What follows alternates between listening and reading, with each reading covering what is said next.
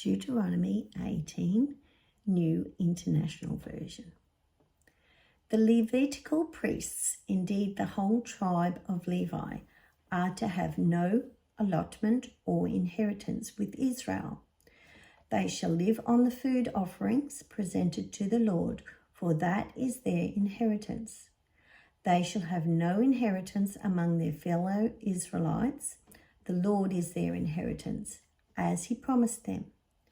This is the share due the priests from the people who sacrifice a bull or a sheep, the shoulder, the internal organs, and the meat from the head.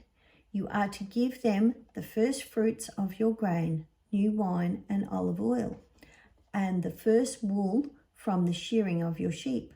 For the Lord your God has chosen them and their descendants out of all your tribes to stand and minister in the Lord's name always. If a Levite moves from one of your towns anywhere in Israel where he is living and comes in all earnestness to the place the Lord will choose, he may minister in the name of the Lord his God, like all his fellow Levites who serve there in the presence of the Lord. He is to share equally in their benefits, even though he has received money from the sale of family possessions. When you enter the land the Lord your God is giving you, do not learn or imitate the detestable ways of the nations there.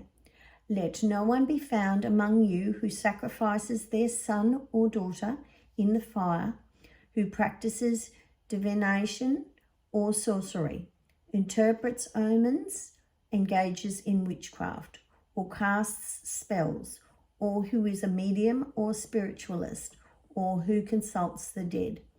Anyone who does these things is detestable to the Lord. Because of these same detestable practices, the Lord your God will drive out these nations before you. You must be blameless before the Lord your God. The nations you will dispossess listen to those who practice sorcery or divination. But as for you, the Lord your God has not permitted you to do so. The Lord your God will raise up for you a prophet like me from among you, from your fellow Israelites. You must listen to him, for this is what you asked of the Lord your God at Horeb on the day of the assembly, when you said, Let us not hear the voice of the Lord our God, nor see this great fire any more, or we will die.